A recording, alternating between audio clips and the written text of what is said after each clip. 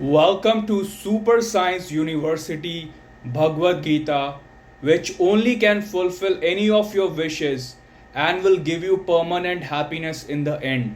And it is the permanent solution to any of your problems, the highest, most prime, secret, and the only complete knowledge, which is the source of everything and it answers every possible question. Now you must have known the first law of thermodynamics states that energy is conserved. It can be converted from one form to another, but not created or destroyed. What does Krishna say in Gita? I was never born and I will never die. I am unborn. I always come in different forms on earth. So, in that relation, Krishna is energy.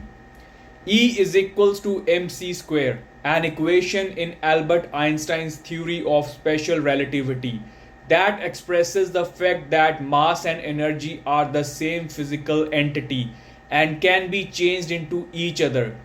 Gita in the shortest form is m is equals to E by c square. So think, what is m? It is obviously human, and that is all about Gita knowledge. How M human can be changed into God energy. All the steps. Interesting fact is that there are two options, positive or negative, but both ends up in the same E. But the difference is in the journey, and that choice is yours. So let's continue. But what Krishna says will not be understood from Gita. It will have to be understood within oneself. For religion, each person has to become a laboratory himself.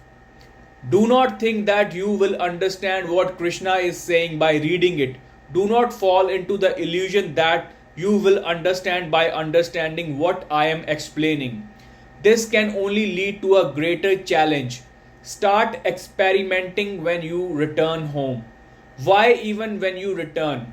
While walking from here, just see on the road whether this body which is moving, is there anything immovable within it? Immovable. And even while walking, you will begin to experience the immovable within. Is this breathing that is moving? Am I, or is there someone behind who is watching the breathing? Then you will also start seeing the breath, that it is there. And the one who is seeing it cannot be the breath, because the breath cannot see the breath. Then start looking at your thoughts a little inside. That these thoughts running in the mind, are they me? Then you will know that the one who is seeing the thoughts, how can that be a thought? No thought is capable of seeing another thought. No thought has ever seen another thought. The one who is seeing the witness is different. And when the body, thoughts, breathing, walking, eating, hunger, thirst, happiness, sorrow, hunger, thirst start appearing as different, then you will know what Krishna means by saying that this body is left like worn out clothes and taken like new clothes. And if this can be seen, then what kind of sorrow, what kind of happiness? There is no death again in dying. There is no birth again in birth. What was, that is still there. Only the clothes are being changed. So a question can arise.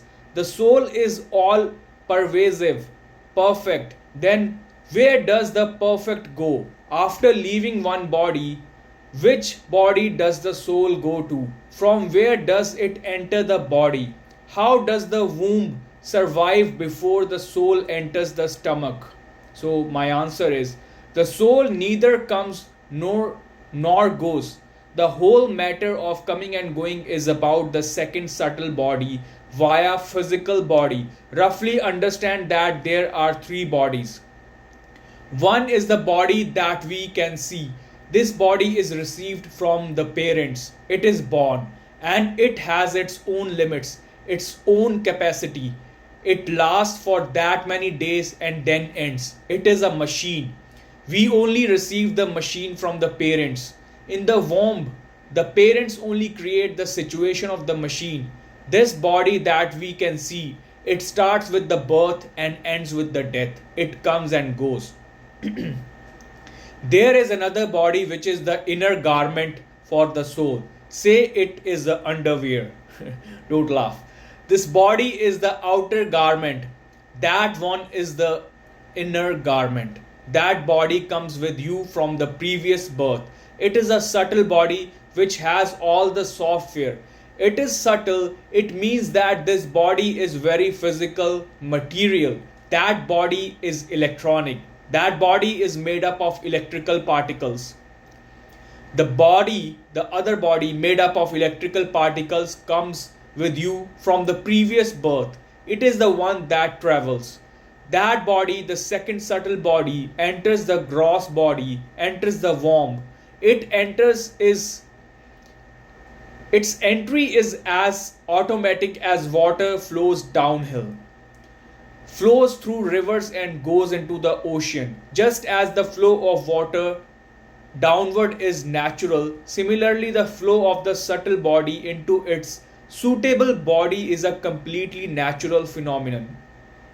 That is why when an ordinary man dies, he gets rebirth immediately, because there are lakhs of worms available on earth 24 hours a day. When an extraordinary man dies, it takes time. Worms are not available quickly. Whether a bad man dies or a good man dies, there is a long waiting period for both. Wombs are not available immediately for both. Ready-made wombs are available only to the middle class people. Wombs are available for them every day. The moment the middle class people died, soon enough a womb started calling them. The moment they die, they become ready to flow into the pit of the womb. It does not take long. But in case of a very bad person like Hitler, it becomes difficult. Hitler takes a lot of time to wait for his parents. A person like Gandhi also takes a lot of time. A womb is not available for them so soon. According to our calculation, it sometimes takes many years. I am not saying according to their calculation, their time scale is different. According to our calculation, it sometimes takes millions of years. As soon as a suitable womb is found, the suitable subtle body enters it. The entire journey is of these bodies. Now, how is the soul related to all of this? Actually, whatever symbols we have till now, whatever man has invented, are of coming and going. If someone comes and goes in the house, then man will use symbols. Symbols are never correct. Talking about coming and going is not very correct in relation to the soul. Now, with which symbol can we describe the soul? In the time of Krishna, there were no other symbols. The symbols are very crude.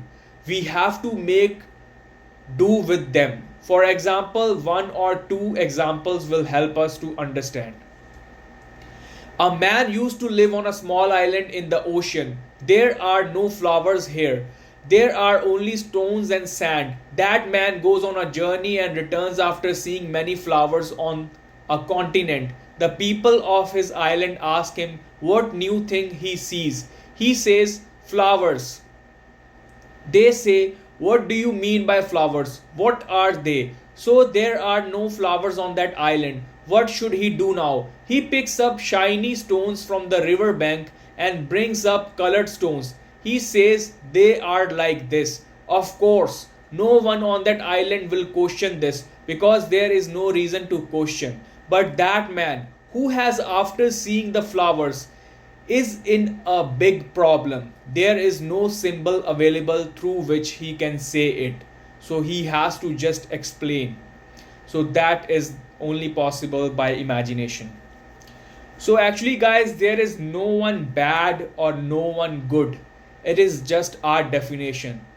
For somebody, a bad can be good, or for somebody, a good can be bad.